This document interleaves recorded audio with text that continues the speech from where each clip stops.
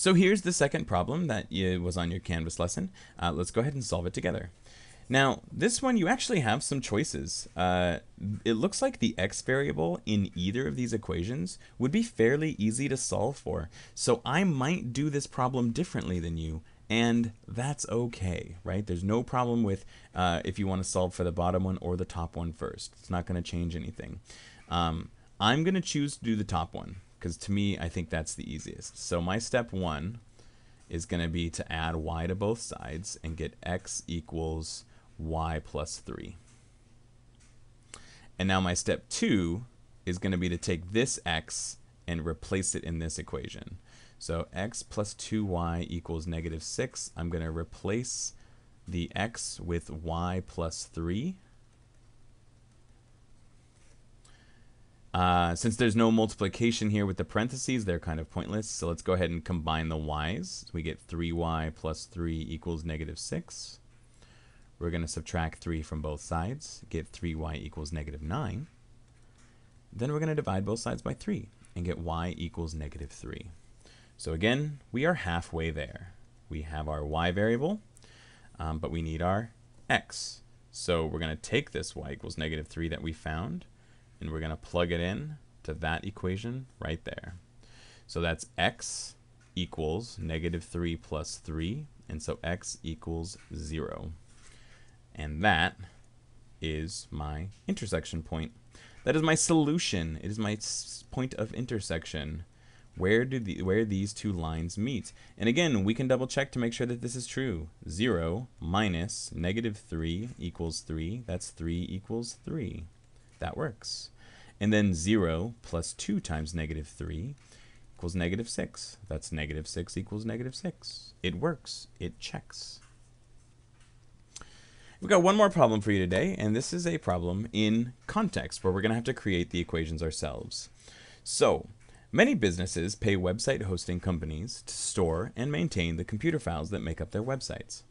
Internet service providers also offer website hosting.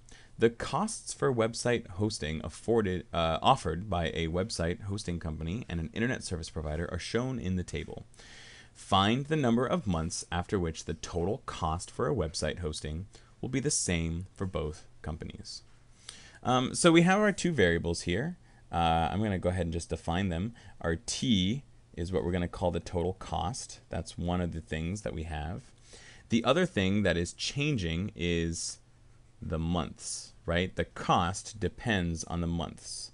So the two variables that I'm going to use are t and m, where t stands for total cost and m stands for months. Let's create an equation for this first internet service provider. There's a setup fee of $10 and it costs $21.95 per month.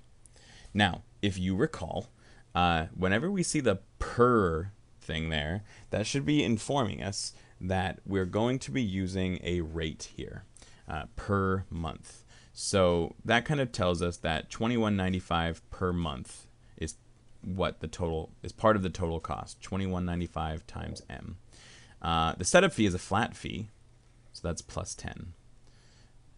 Therefore, my total cost is $21.95 times the number of months plus 10. So that's the first one.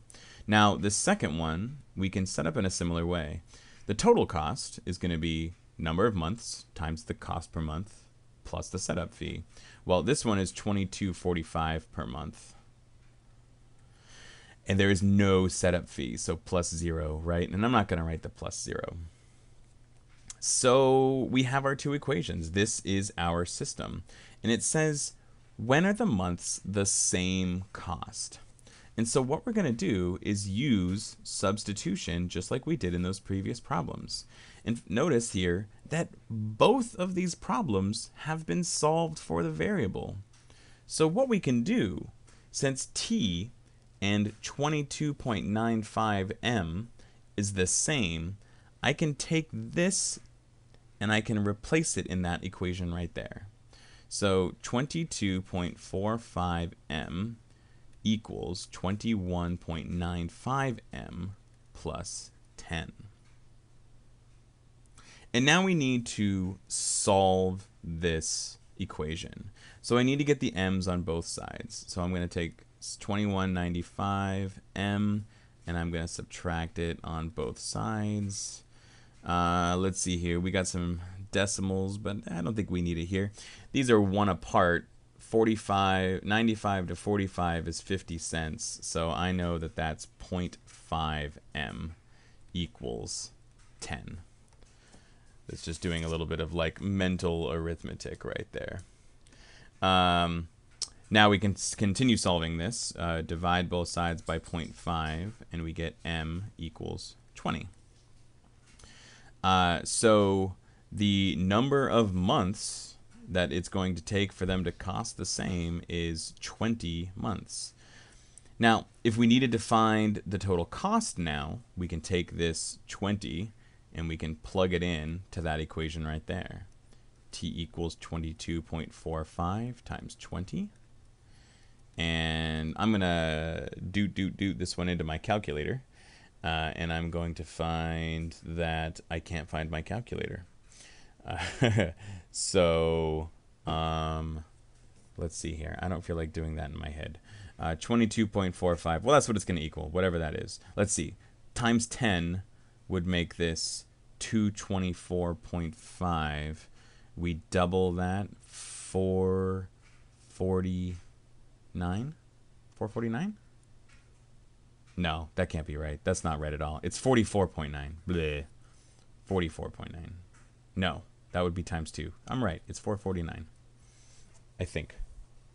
Somebody out there on the internet is going to check this and then tell me that I'm wrong, and then I'll have to put in a chat bubble that fixes it. But, you know, whatever. I think that's the cost. I'm pretty sure. Mental arithmetic is somewhat good.